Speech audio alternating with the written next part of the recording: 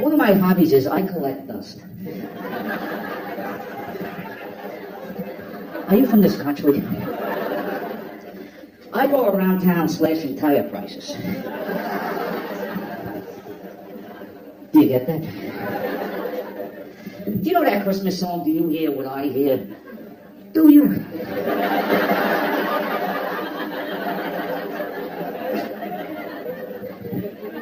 You stop laughing, you stop laughing, sir. You got the idea, there are no jokes.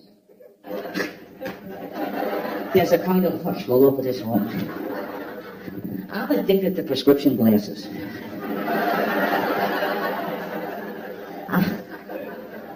And 2020 wants to do my life story. It gets where a 4-year-old wrote this.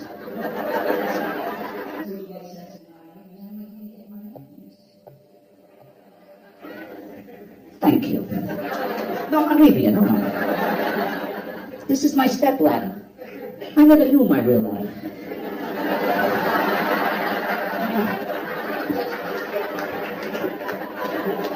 I heard great things about my real ladder, that he supported 3 people at one time.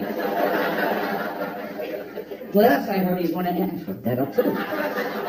The last I heard he was in a 12-step program. It really didn't matter. Oh, thank you.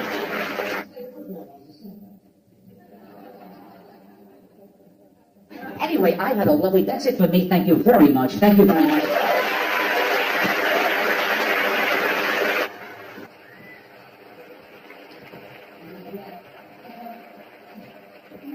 Anyway, with that, I'm going to bring up the man. Do you know the man? Mr. Who?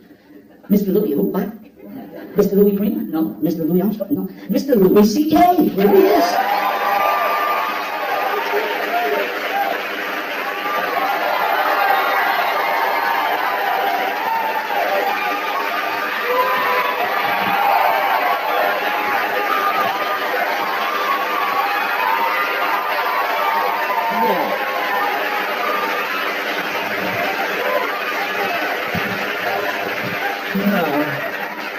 Oh my God, you guys. Oh my God, thank you. You guys are great. Thank you. This is what I talk like now, just so you know. I'm going to do the whole show like this. A very offensive stereotype of a Mexican.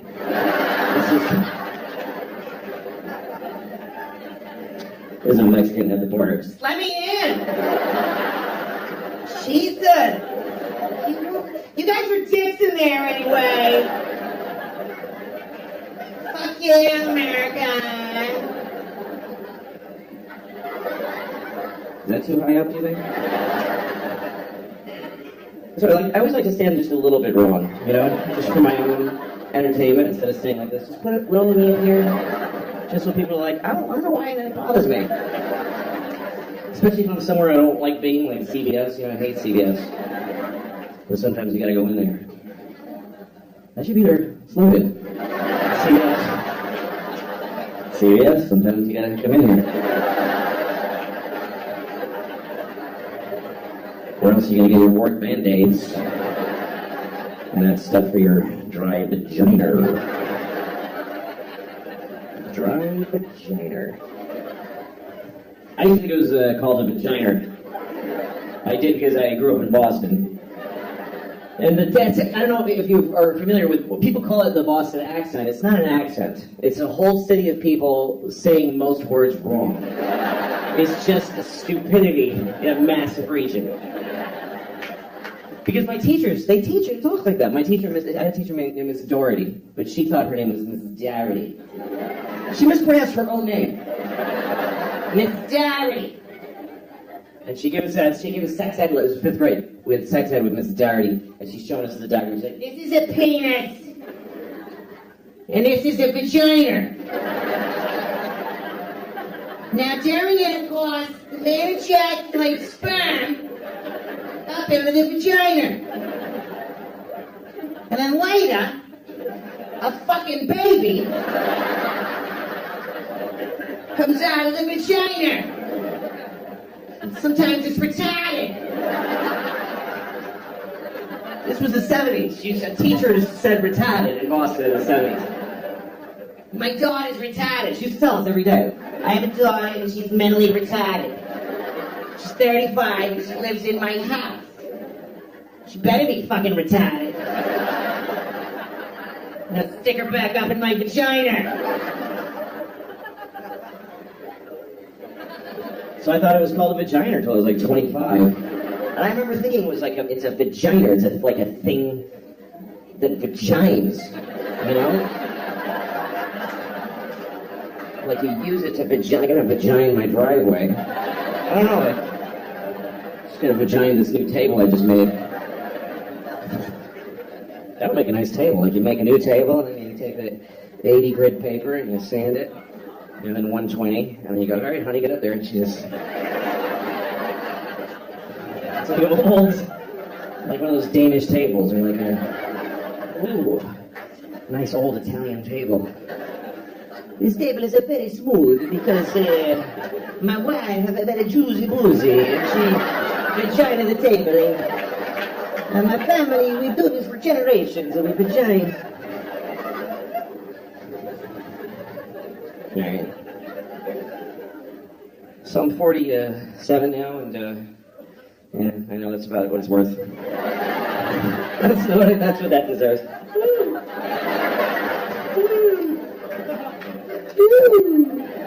Yeah, 47 doesn't buy anything.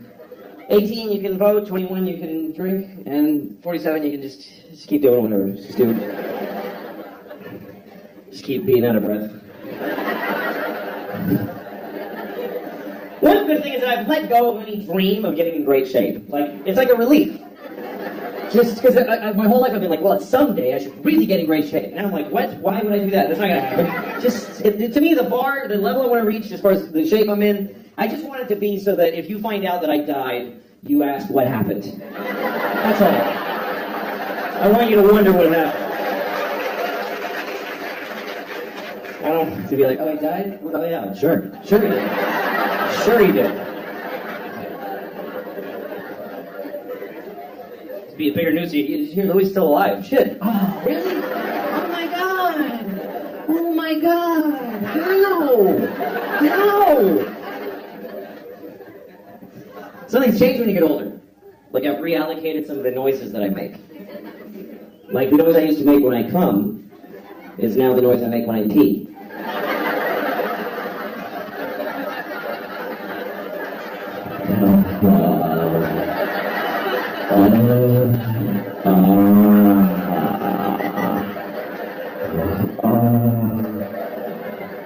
Take it all, bitch.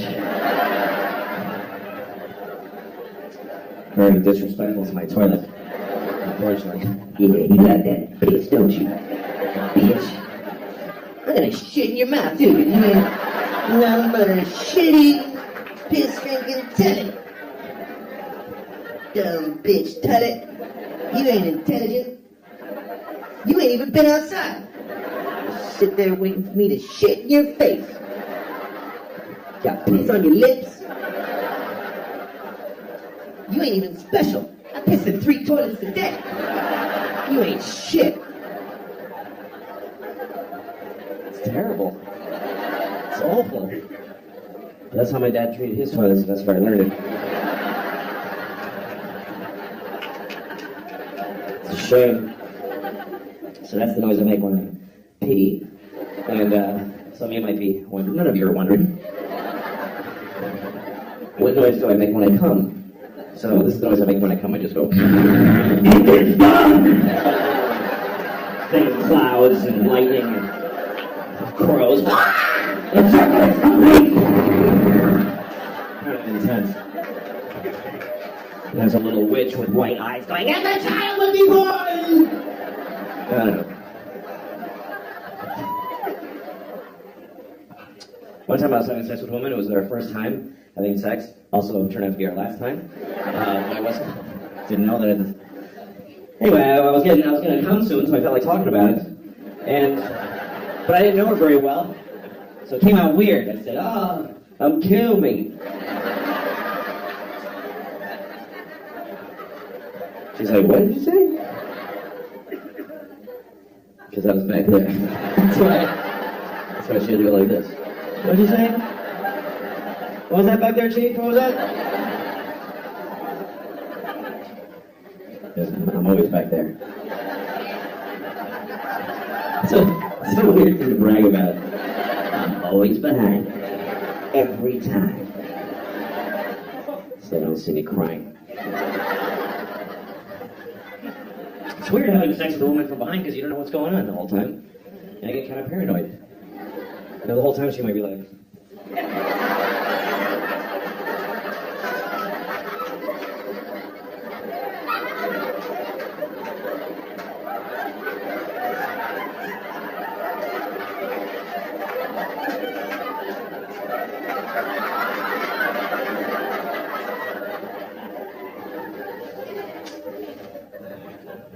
I was on the subway in New York. This isn't another sex story. This is a traveling story. Think you ready? So I'm on the subway. I'm standing there. I wasn't holding anything. I just like to stand like this. Standing there. I walk around the city like this. Hi. So I'm standing there, and from behind me over here, I hear this. I hear, and I was like, ooh, okay. This is a crazy person. I mean, it's not a big surprise in New York. And I heard it again. I was like, all right, I want to see the crazy person. Just want to take a look. So I look over, and it's not what I expected. It wasn't a big homeless guy with 2 sets of headphones that don't work or anything like that. It was a young woman. She looked like she was about 21. She's standing there. She's very kind of nice, properly dressed. She was very, like, Michigan-y or something. Very suburban-y, Michigan-y kind of thing. And she's standing there with a ponytail. And then all of a sudden she starts going like this. She goes, la la la la la la la.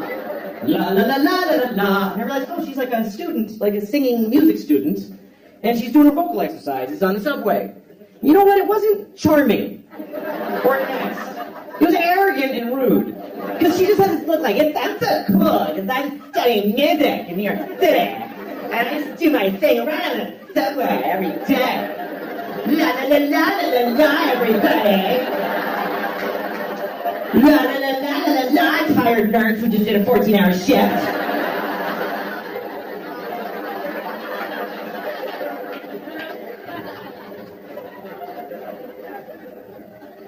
We live in an interesting time, you know? Because you can be on an airplane, you're like one of 200 passengers, you're on a flight, 30,000 feet in the air in the middle of the flight. If you just decide to do this, you're sitting in your seat, and you start going like this, you go...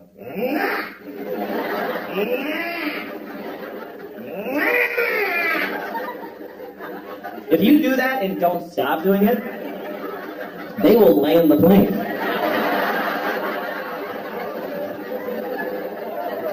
You can will a plane to the ground without a weapon or a threat. You don't have to do that much. You can just sit there and just start going, down, down. Seriously, if you're on a plane and you just didn't stop saying down, down, down. Seriously, problem, down, down. Fighter jets. I mean, you don't go into the nearest airport. And then I guess you're in trouble, but well, they can't put you like in prison because you said down several times. They like bother you. Why'd you do it? Are you a terrorist? Why'd you do it? I just didn't want to be up anymore. Just didn't like it. I mean, I just said the word of where I wanted to be. You didn't have to do it. It's just a suggestion. Jesus Christ. I was on a plane once and there was 2 babies on a plane. And other people. It wasn't just... It was just me and 2 babies. That would be weird. You get on a plane, there's just 2 babies.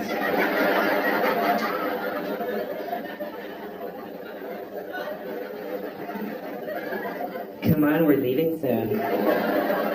He's the pilot baby. I'm the other baby. No, it's alright, I'm not gonna... You babies have a good flight. But I'm gonna find another way to get there. Yeah, I don't like the way this was starting. Anyway, I was on a plane and there's these two babies, and they're crying the whole time. Crying the whole flight, and that happens a lot. I don't think they knew each other, they're just crying. I've seen this on so many flights, I started to wonder, is there a reason for this? Is there like an actual reason why babies... So I looked it up. Turns out there's an actual reason why babies cry on airplanes, and it's because they're upset that gay people are getting married. Like, really upset. Like, inconsolably upset. Honey, the country's changing. And I don't agree with them. I think if people are in love, they should get married. But they can't accept that. They're just, they're just being babies. Babies are selfish. They are. Babies are selfish. They just, meh. No baby ever goes, meh, but how are you doing now?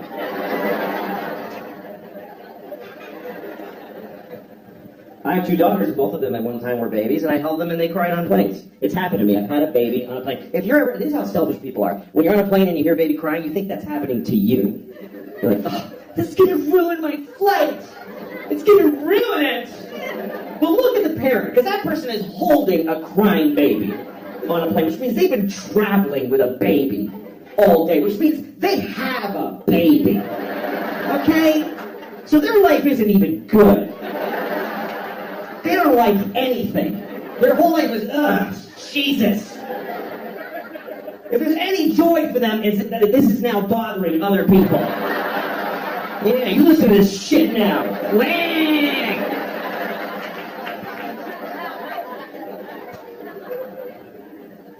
I remember one time my baby was crying on the plane, she was really upset, and this guy and some businessman on the plane, because businessmen always think that every flight is a private plane of theirs that we're all like piggybacking on. And this guy has this fucking newspaper, and he turns around and looks at me and my baby, and he looks right at me. He doesn't kind of like go like this, he looks at me like, Like, could ya? Like, oh, I'm sorry, is this bothering you? Let me just...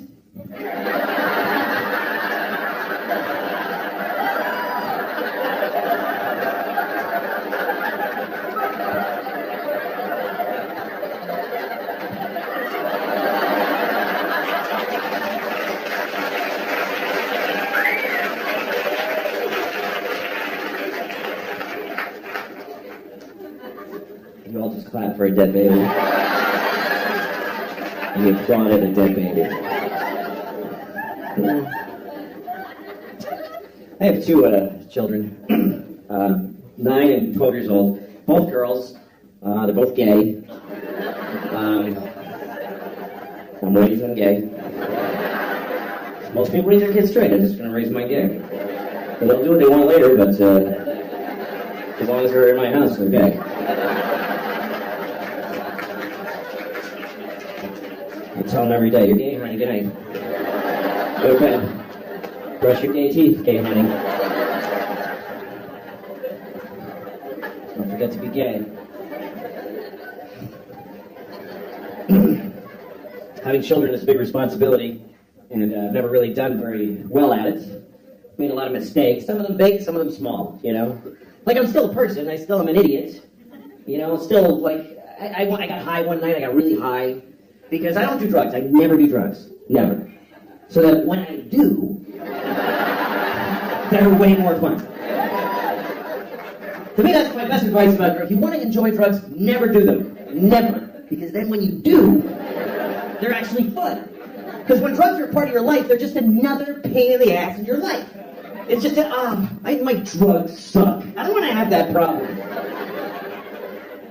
I always want to be that person where it's a new thing. Somebody's like, hey, you want to try this? And I'm like, oh, I don't know, I shouldn't. It's crazy. I don't even know how to do it. I mean, what is this? Anyway, I got my friend had a little vape. I'm a little worried, honestly, by the young people with the vaping and they just do this and then they just vape and they just stand on the corner and puff and look at the fucking thing. And I miss you. That's what it is. I miss you people. Because you used to stand around like this, and I get to go, fuck that one, and that was okay. But now I'm just looking at the top of people's heads now.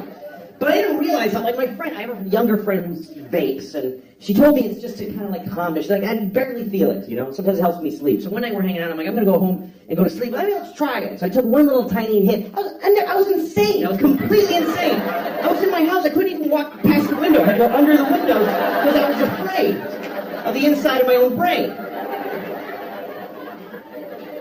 So I started texting people, just texting. I'm so high. I'm so fucking high. I'm so high. And I texted, to another friend. I'm so high, I want to suck the hot jizz out of my own dick and get higher. That's what I wrote. I'm not bragging, I'm just telling you that's what I wrote. And I sent it. And then later I looked at my text and I was like, I think I might have sent that to my 12-year-old daughter. I think it's possible. And I didn't, but I too easily could have. Now my kids are in my phone. There needs to be some very reliable firewall that says these numbers are much harder to text. That you can't just, whoops, traumatize her irreversibly. That you can go like, to write to these numbers, I have to solve the Hellraiser puzzle, and I have to, there's two guys with the keys at the opposite room that turn them at the same moment, and there's a warning. Are you sure you want to send this picture of your pubic hair to your ex-wife's mother? That's how you want to break the silence of 6 years since the divorce. This is my pubic hair. Look at all of my pubic hair. How have you been?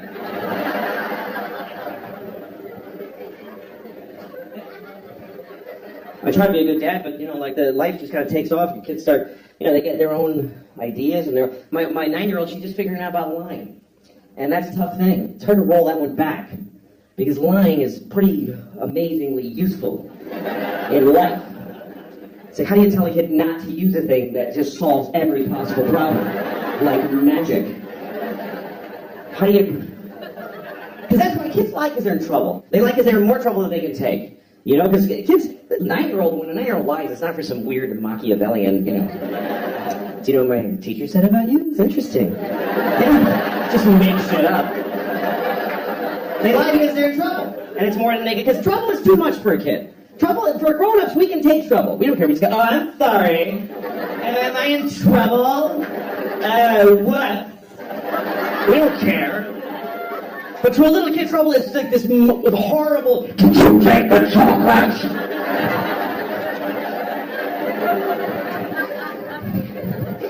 And she did, and she doesn't know how to handle it. Did you take it? No?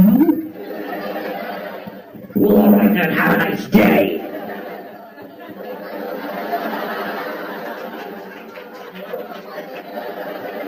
How do you then tell her, don't ever apply that perfect solution again to terrifying things? Mark Twain once said, a man who always tells the truth doesn't have to remember what he said. And that's great. But Mark Twain also said, there once was a big black guy named Nigger Jim. So, I don't know, 100% of the things he said were perfectly awesome. Really, Mark Nigger Jim, you're going to go with, that's the best you can do. To name it, got him a nice ring to it, Nigger Jim. Yeah, well, it's a little on the nose, isn't it? Could I call him Black Mike? I mean, just a little. Take it down one notch over the. Thanks for that, Mark. Anyway, so while we're in this area, now that I know you guys are cool,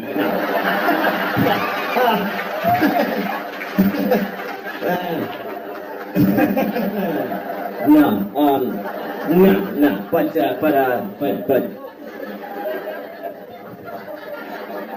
this is a story that takes place, I'm going to tell you the story, it's kind of a messy story, it takes place over a lot of years. It started with my friend Mike, who told me the story. This happened to him back in the 90s.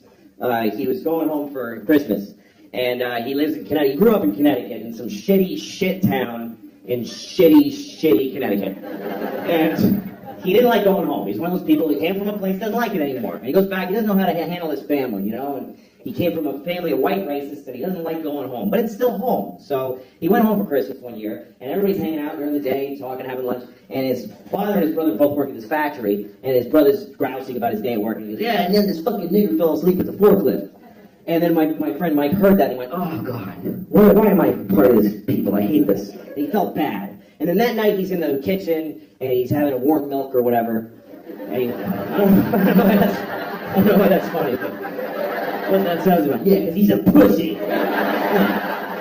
He's just sort of having some time with someone. His cousin comes downstairs. We're staying with his cousin. He likes his cousin. That's the one person he always felt connected with. And his cousin's like, what's wrong, man? And he says, well, geez, I come home and I hope that everything would be, normal. But then my brother says, he's about the wood factory and this nigger fell asleep at the forklift. And his cousin goes, oh my God, the nigger fell asleep at the forklift?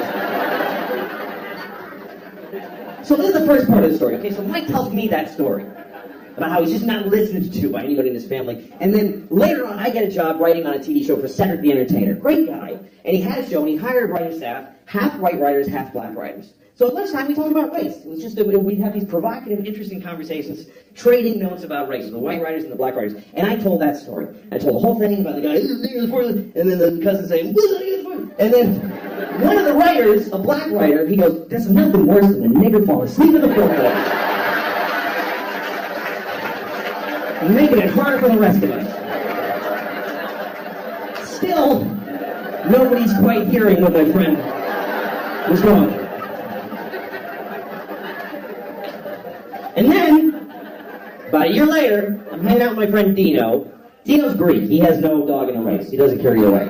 He's Greek. Greeks aren't white or black. He's just got a big nose and he just stands there.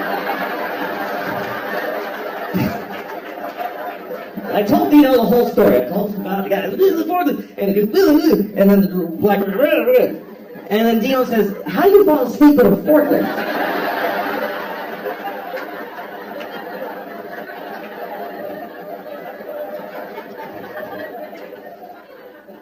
My oldest daughter's going to be 13 next year. That's a big deal. That's a big deal. That's all the parents ahead of you always go like,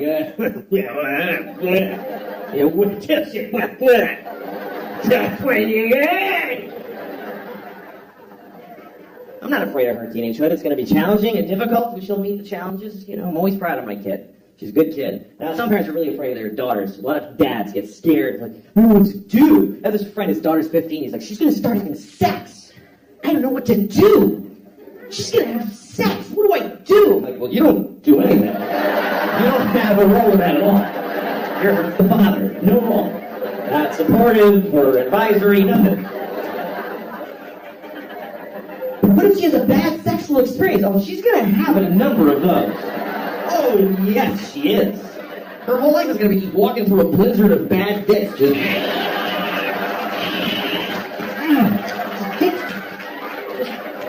Jesus. Fuck, I'm just trying to get to work.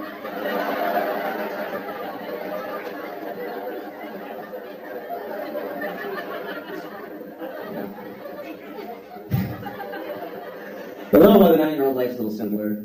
Tap dancing, she takes tap dancing class. We started her with tap dancing because we figured by the time she grows up, it'll be the 1930s again. And yeah, she'll have this thing she can do that nobody enjoys watching. Do you know who the audience is for tap dancing? The parents of tap dancing students. That's all of it. Because we all have to go to the show at the end of the tap dancing semester. And they have a big theater show, and all the kids get up there. They all tap dance in groups of 3s. There's about 6,000 kids. They do about 20 minutes each. So the show's about 7 months long. And everybody dies at the end.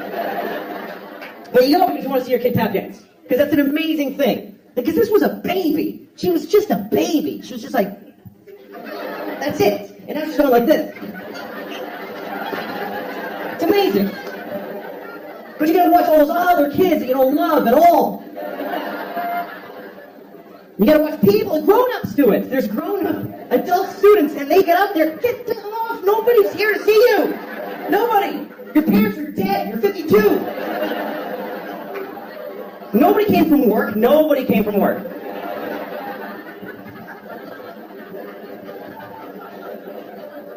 I take her every Thursday to tap dancing. And we go up to the school, and she puts on her tap shoes, and she goes in the room. I don't go in there. And she tap dances and I wait outside. Because it's 40 minutes, it's not enough time to go anywhere. So I just sit there and listen to her. And she comes out, I'm tired of this, I don't want to go anymore. Good, don't, I don't want to bring you. Quit. I don't care, I don't push my kids into this shit. Because you gotta do it too, I don't want to do it.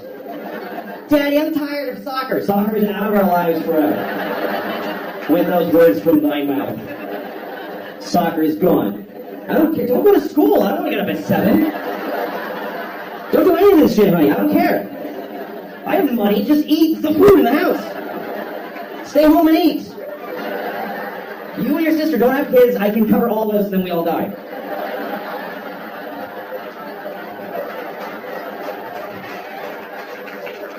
That's my goal. I want to make enough money that we can just lock the door and eat the food. That's it. Daddy, what are we doing today? Go to the food room and pick something out and go to bed. That's all that's required of you. People overthink this life shit. People get all knotted up. I don't know what to do with my life. Like, I don't know, like, what I should be, or like, I don't know, it's like, what should I, like, do with my life? Just get food, put it in here. Put food in here, that's it. Put food in here. Walk around and look for food. And anytime you see any food, put it in here. Just take it, put it in here. Later, when you feel pressure, shit out the shit in there. That's it. If anybody tries to stop you from doing either of those, murder them. That's it. Doesn't have to be more complicated. Do it till you're dead. Till you're dead. Till you're dead. Dead. I don't know how long I'm going to live. I have no idea. You don't really ever get to find out. You never get to go, okay, I'm dead, so 80. You don't ever get to have that thought. This is it. You get to go, this is probably it. That's it. That's your last thought. This is probably it right here. Yeah, well, we're all going to die at some point. It's true, man. And you find out at some point, it's an interesting thing about human beings that we live with the knowledge that we're going to die. I found out when I was 7 that everybody dies. My grandfather told me. He said, everybody dies! I wasn't even talking to him. I was just trying to blow out the candles.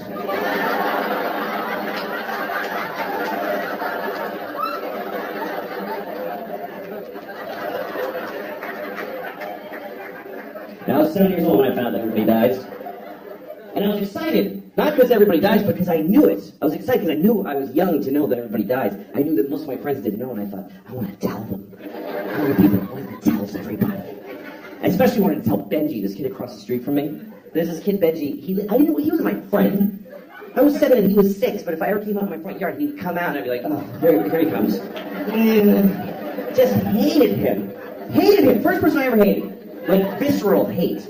To me, he was a piece of shit, cocksucker, asshole. That's what he was to me. And I didn't even know any of those words. I just had it like as a raw feeling with no way to say it.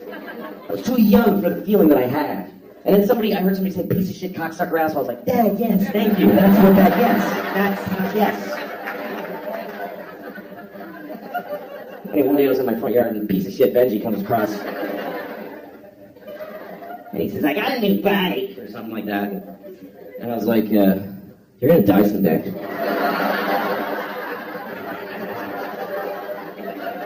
He was like, what? No, I'm not. I said, yes, you are. Everybody dies.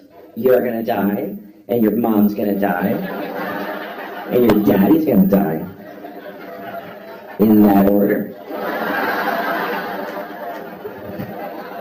He's really upset. And he starts running. It's still funny to me. It still makes me laugh. 40 years later, I can still see it so clearly, and it still makes me laugh. Run, Benji! You can't run from this shit, bitch! It's gonna get ya! I wonder if he's dead. Anyway. So, he came back with his mom. His mom's so angry. And I was scared. And his mom came over. What did you say to him? And I said, I told him that everybody dies. And she goes, well, that's not necessarily true. He's like, what? She says, well, some people die, but not everybody does. And I was so full of questions. I was like, what about Abraham Lincoln and George Washington? They're dead. Well, she said, yeah, that's something happened to them. George Washington didn't take care of himself, and Lincoln got shot. But there's a lot of people alive from those days. And I was like, really? What about, like, Bible people? And she's like, yeah, we have to go. And then she left. Because I think she realized this is only going to get worse. She's not on a good side of this argument. And then I went to my mom. I told the whole thing. She was like, don't worry, that lady's a fucking idiot. Don't listen to her. My mom said, don't worry, baby. You're definitely going to die.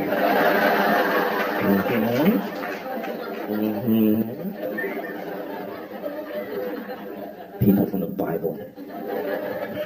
What if people in the Bible knew they were going to be in the Bible? Like, guys, this is totally going to be in the Bible. You guys are going to get in the Bible, everybody. I'm going to get my roots done so I look good for the Bible.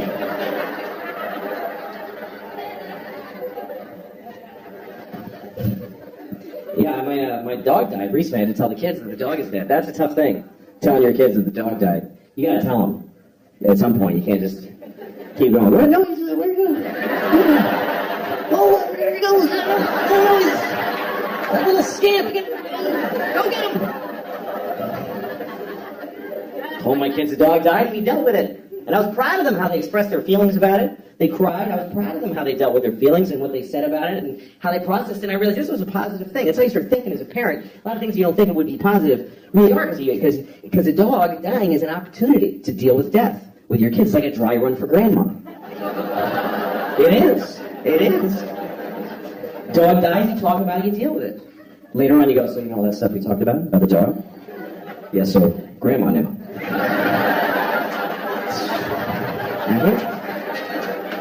All the same stuff. That's right. All right, go brush your teeth. I had a dog when I was a kid, and he hated me. And it really hurt. It's a true story. My dog hated me. And I wanted a dog so bad. I was like 10 years old. I used to beg my mother for a dog. And she just would say, like, you had one when you were a baby and it died. It's fine. But finally she said, you can have a dog if you keep your room clean for a month. And I was so excited because I was like, I'm getting a dog. I told all my friends, I'm going to get a dog. All I have to do is keep my room clean for a month. I lasted about a week and it just went to shit. I couldn't do it. And I tried like 3-4 days. I couldn't do it. I got so depressed. I was like, I'm 10 and I already know my life is going to be shit. Because I can't do anything. And finally my mom was like, well, get the dog. You're bumming everybody out. So she got us a dog. And the dog looked at me and he hated me on sight. And I worked hard to take care of this dog. I was kind to him and he still hated me. Which hurt. That's why it hurt. Because he must have just hated like who I am inside. You could tell how he felt because he was very expressive. He was a terrier, you know, so he had eyebrows. Like I'd walk in the room and he'd go like, oh fuck, I can't. And he would just leave.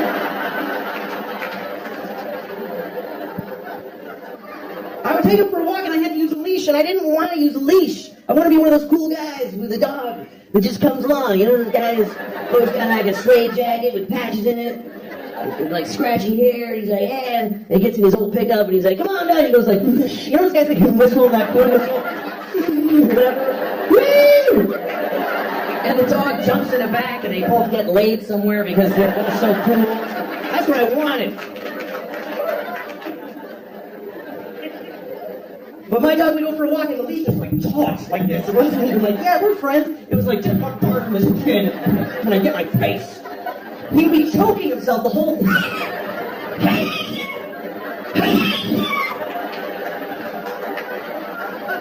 And if I ever like slipped and dropped the leash, he'd be like, I'm not your dog. He would just run. He would run like a slave. He would just take off.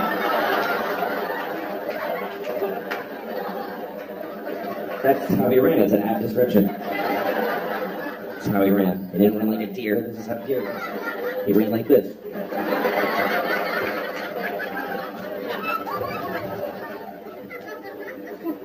He ran away so many times, and then we got a call from the pound. Hi, we have your dog. And you could hear my dog in the background like, don't. Seriously? I told you I don't want to.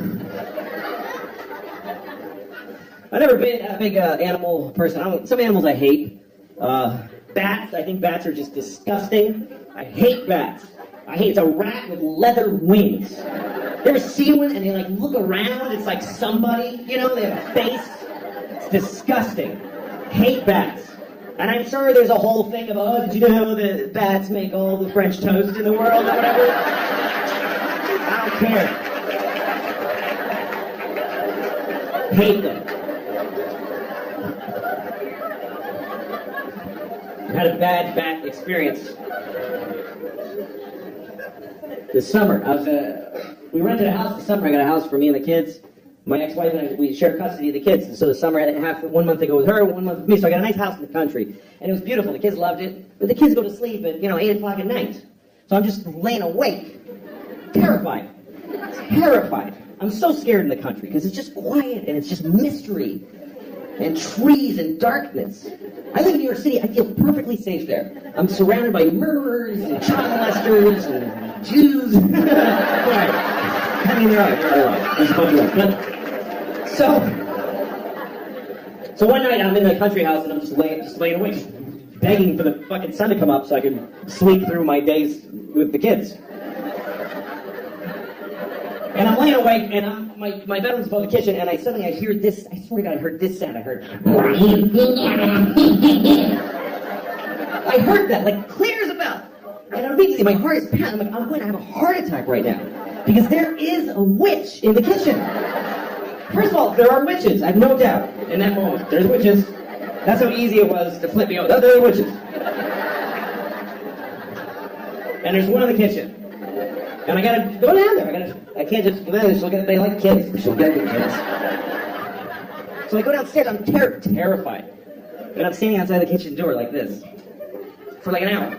Too scared to go in until a little bit of logic seeped in and told me even if there is a witch in there, she wouldn't just make a noise and then just stand there for like an hour. So I go in. There's nobody in the kitchen. And then I hear the noise again, and it was the dishwasher. The dishwasher has weird tubes, and when the soap goes through them, it's kind of vocal. I don't know why, but it goes. It's just the weirdest thing to watch my dishwasher do it. I was like, all right, it's cool, I'm fine. There's no witches. I'm about to go upstairs, and a bat, a fucking asshole bat, picked that, but he's like, and he just flew right by my head like this, and I went, ah! Fell on the floor. And I immediately crawl into the closet. I close the door and I call 911 right away. I don't know if you ever call 911 and you don't realize till they answer how you shouldn't be calling 911. 911, tell us your emergency. I'm sorry, I'm very sorry to be bothering you. This doesn't qualify. The lady's like, sir, what's the problem? I said, there's a bat in my house. And I don't like it. She was nice to me, because it's country 911. If you call 911 in New York City, there's a bat in my house, they'll be like, sir, we'll send a car right over to shoot you in the face. But she was nice. She's like, sir, we understand. You're divorced, you're overcompensating with a country house. You're in over your head. She said, call this guy. She gave me a number. She said, call this guy. He's a guy who takes care of bats. He's a man whose bats are his focus. Felt like she was doing a lot of work to not say Batman. Like she was kind of going around. He's a male human, bats are his. I'm not going to say that, I don't want to say it. So I call the Batman. And he comes over, and I'm in the closet looking through the crack, and the bat is on the ceiling, hanging upside down, and he's just looking around. It's the most disgusting thing. And so finally there's a knock at my door, and I crawl to the door, and I open it. And he's like, hello. And he says, where's the bat? And I'm like, So the guy walks over, and he just takes the bat. That's it. He just took it. He's like, all right. Like, yeah, you pretty much nailed it. That's amazing. It's like I called somebody and said, help, there's a box of tissues on my table.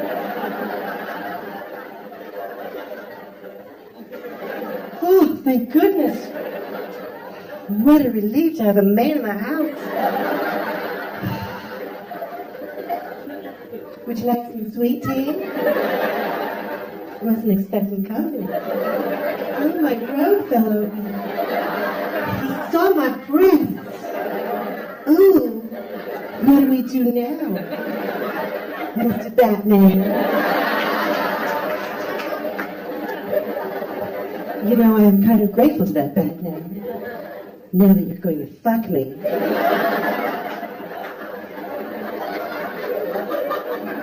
You're not? Well, you can go then. I can't get out of it. I'm sorry. I just like to keep doing that till the laughter stops. Fuck, it's getting upsetting. I just did that for like 40 minutes. But if you weren't going to have me, then why did you come over?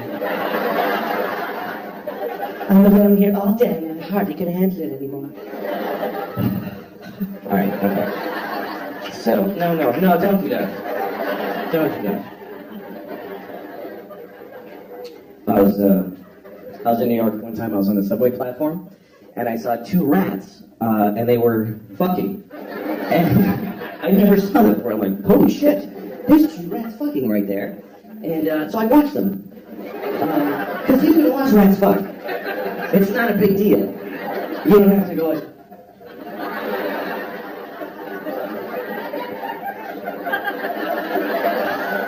You can really just totally just watch them. Let's see. Anyway, I'm watching. I'm just curious. I mean, it wasn't surprising how they do it. It's not like she's on top going,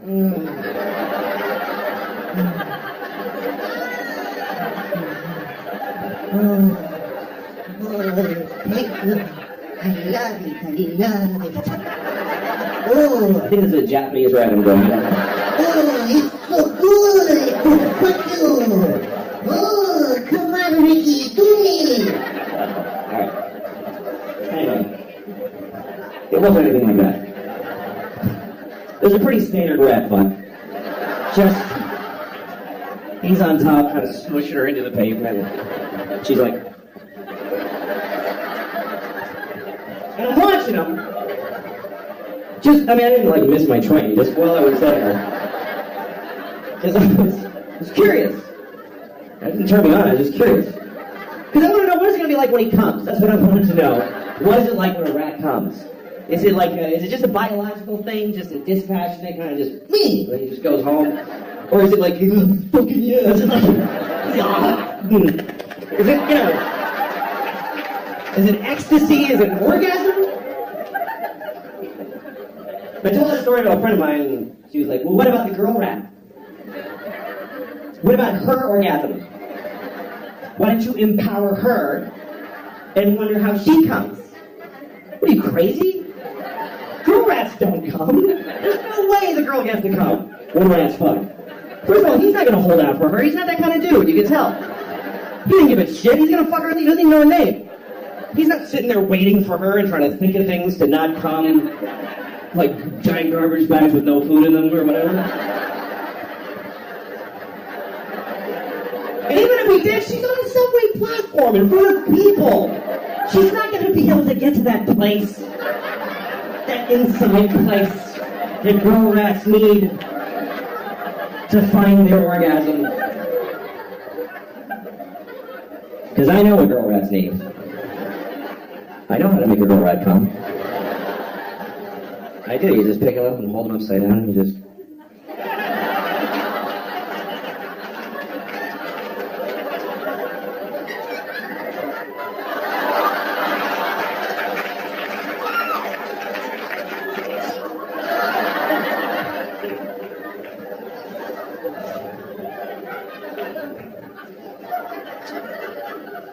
Just to be clear what I was doing there, I just want to make sure you know, I spit in her mouth while I played with her little asshole.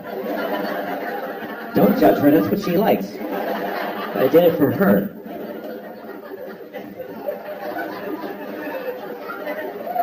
I was watching The Wizard of Oz with my daughters, and I know that's a weird couple of stories to put together. Fingering a rat's asshole to orgasm. and watching The Wizard of Oz with my daughters.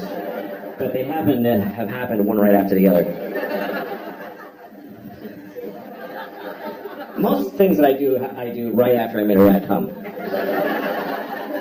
That's what I do at night. It's the only way I try to help. All right. So, let me just tell you this first. I was at a place eating dinner in New York, and I heard these two women talking, and one of them is talking about the guy she's dating. They were about 21 years old, like NYU students, and so she's talking about it. Yeah, a lot of times I'll hear this woman talking about the guy she's dating, and she runs down the stuff that's not satisfying. The things she doesn't like. She's like, he's just, I text him, and he doesn't respond right away, and then when he does, it's whatever. So that's weird. And then I saw him, and he's just being weird, and so then he calls me, he's like, I'm sorry, I'm weird. It's weird right now. And I was like, whatever, I didn't do anything. So it's weird. And then I'm listening because I want to know, what is her friend going to say? I want to know what kind of friend she has, And her friend just says, he's a piece of shit. He's a piece of shit. He's not good enough for you because you're amazing. You're amazing. So he just can't handle how amazing you are. And I remember thinking, that is a shitty friend. That's not a good friend. That is not a good way to approach life. I'm amazing. And anybody who doesn't text me back just can't handle how amazing I am. I mean, she's a student. She can't be. She's not Nelson Mandela. She's in college. I'm sure she's fine, but you're amazing the way you take classes. What is so amazing? She's kind of boring. He's kind of a douche. It's fine. They're fine. You need to know that you're boring a little bit. It's important. Self-love is a good thing, but self-awareness is more important. You need to once in a while go, I'm kind of an asshole. You have to have that thought once in a while, or you're a psychopath. When you say to a friend of yours, you're being an asshole, and they're like, no, I'm not. Well, it's not up to you if you're an asshole or not. That's up to everybody else. You don't get to say no to that. You're an asshole. No, I'm not. Oh, sorry. I thought, okay, I'm glad I checked. I guess you're not. If somebody tells you you're an asshole, you should go, oh, shit. All right, what happened? How did I get here? It's like somebody saying, you got something on your face. No, I don't. It's like America. I feel like America is like the world's worst girlfriend. America is like a terrible girlfriend to the rest of the world. Because when somebody hurts America, she remembers it forever. But if she does anything bad, it's like, what? It did. I didn't do anything. America, why do you keep bombing those people in Yemen and all this? Well, it's 9/11, okay? 9/11. Shut up, asshole. Okay, well, you killed hundreds of thousands of people, so I think, yeah, now for 9/11. Fuck yeah. And damn. Yeah, but you're torturing people. It wasn't even torture. Oh my God. He's such a baby. I didn't even do anything to him. I'm saying this about women because I'm a guy. Women might say this about this is what guys like. That's just what it's like, because I think racism and sexism are very different. To me, racism is just a mistake. It's just an error. It doesn't really make any sense. We can just do away with it. But sexism isn't going anywhere. Because sexism is way deep the fuck down inside. So it's just the way we feel about each other. So, women!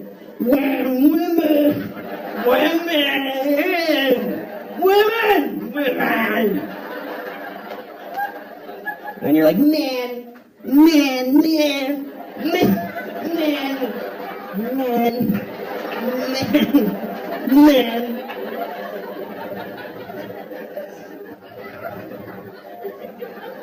Anyway, so I'm watching The Wizard of Oz with my daughters. Is that enough of a palate cleanser? Alright. I'm watching The Wizard of Oz. I don't know if you've seen it. It's about a little girl named Dorothy. A very sweet little girl, played by an alcoholic older lady. Who lives in Kansas. She's a dog. She's very upset. And she keeps telling, my dog! And everybody's like, this is a farm. We're working. Leave us alone. And then there's a tornado, and they all run inside, and they barely look for her. It's unbelievable. It was so upsetting to me when I was a kid to see this movie. Because Auntie was like, Dorothy! Okay, fuck it. And she just goes right inside, bolts the door. Unbelievable. So Dorothy goes up to Oz. So here's the thing. I was watching the other night. There's this one moment that really stunned me. It's when Ray Bolger played the Scarecrow. He just got ripped apart by flying monkeys. And he's very upset. And he has this performance that's way over the top, even for this movie. Do you remember that one where the Tin Man comes over? What happened? And he's like, well, first they tore my arms off, and they threw them over there. And then they tore my legs off, and they threw them over there. And I've seen this movie 1,000 times.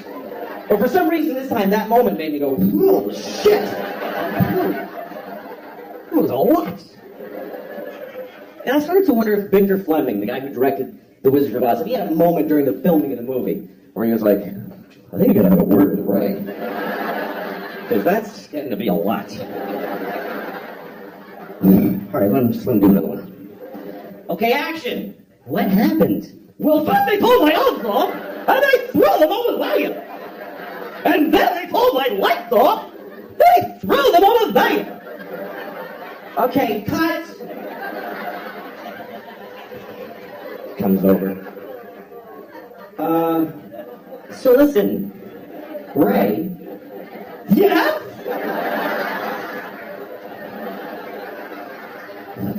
Nah, you're fine. You guys have been great. Thanks a lot for coming. I hope you enjoyed it. Thank you very much. Thank you. Thank you.